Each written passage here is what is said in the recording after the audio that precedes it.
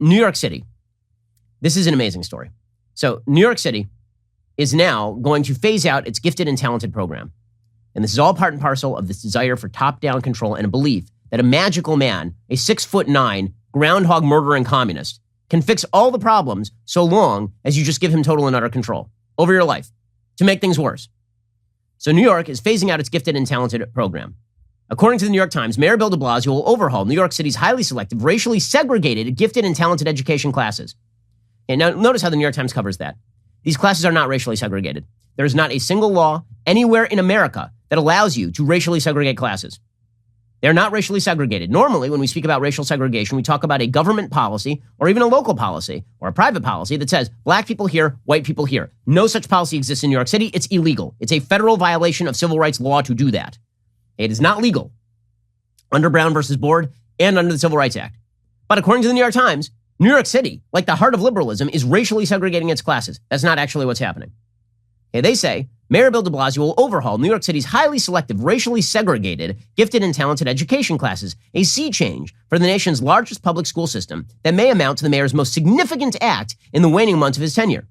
The elementary school gifted and talented program that New York has known for the last several decades will no longer exist for incoming kindergarten students next fall. Within a few years, it will be eliminated completely, city officials told the New York Times. Students currently enrolled in gifted classes will become the final cohort in the existing system, which will be replaced by a program that offers accelerated learning to all students in the later years of elementary school. The gradual elimination of the existing program will remove a major component of what many consider to be the city's two-tiered education system, in which one relatively small, largely white and Asian American group of students gain access to the highest performing schools, while many Black and Latino children remain in schools that are struggling. Now, notice what's happening here. The reason these highly gifted magnets are quote-unquote racially segregated, which they are not, is because there are tests given to determine whether you get to go to a gifted school or a magnet school. And it turns out white and Asian kids are doing too well, particularly Asian kids. First of all, pretty weird that we now have racial segregation that includes Asians. That's kind of strange. That's kind of a new addition. Kind of kills the whole it's white versus black when Asian Americans are making up a vast disproportionate share of people in the gifted programs. But what is this really about? What this is really about is Black and Latino students in New York City are scoring lower on the tests than white and Asian American students. So kill the test, kill the schools. Force those kids who are doing better on the test to go back to schools that are designed to teach people who are performing less well on tests. Mediocrity, equality through mediocrity is preferable to flourishing through meritocracy. Equality through mediocrity is preferable to these command and control asshats to actual flourishing through meritocracy. New York, home to one of the most racially segregated school systems in the country. Like the New York Times thinks that if they just keep repeating that New York is forcibly racially segregating, it becomes true. It is not true. It has never been true. It is not true right now. The move represents one of Mr. de Blasio's most dramatic actions to combat segregation in city schools. I mean, it's just amazing. They're just going to repeat it over and over. Though it also puts New York more in line with how other cities are approaching their own segregated gifted classes. About 75% of the roughly 16,000 students in gifted elementary school classes in New York are white or Asian Americans. Those groups make up about 25% of the overall school system.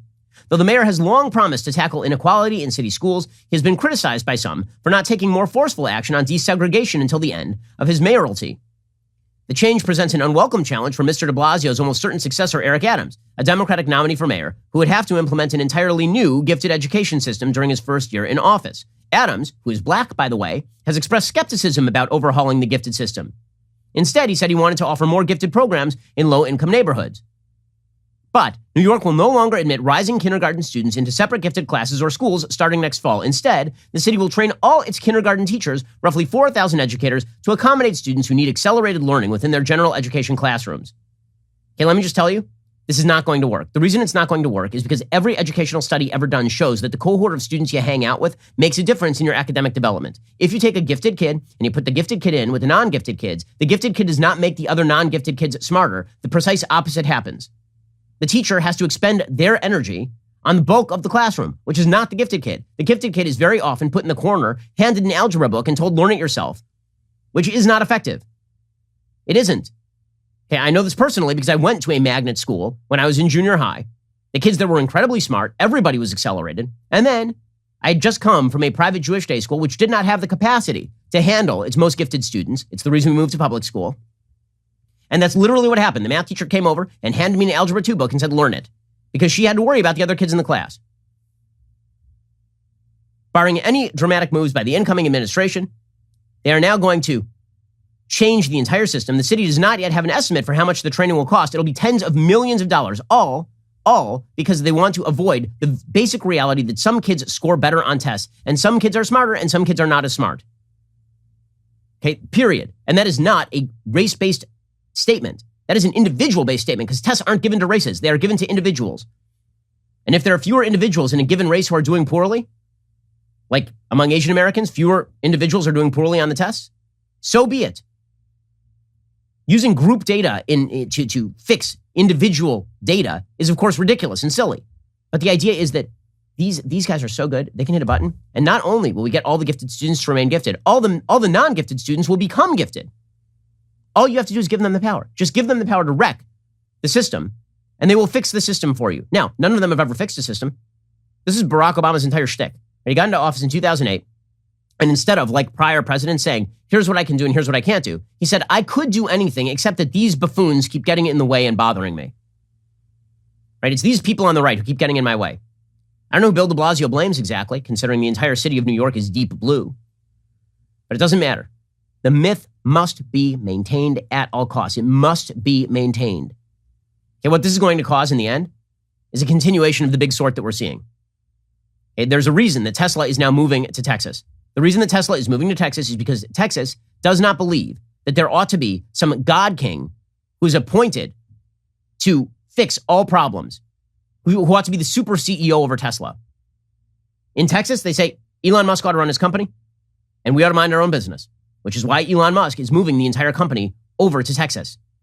According to Biz Journals, the CEO said October 7th that Tesla would now base itself in Central Texas. It has a $1.1 billion gigafactory rising in eastern Travis County. He said, I'm excited that we are moving our headquarters to Austin, Texas. He said they still are going to have plants in California. He says we're just going to increase our output from other places. He says it's going to be great. To emphasize again, we're going to continue to expand in California, but even more so here in Texas. There's a reason why they're doing that. The reason is because California is trying to gain control. Once again, all about control. The lie has to be maintained. See through the lie. See through it. They cannot fix your problems. The vast majority of your problems only you are capable of fixing. Stop looking to some godlike politician who's really just a venal jackass who wants power to fix your problems. Joe Biden ain't fixing anybody's problems. Joe Biden can't even spit out a sentence at this point. Here's Joe Biden today trying to read his name from a teleprompter. Yeah, it didn't work out well. Ohio, Pennsylvania. I'm from Pennsylvania. The Illinois president of Don Harmon, State Senator Laura Murphy, State Rep Martin Moylan, and we got great labor leaders here too. Tim, where's Tim?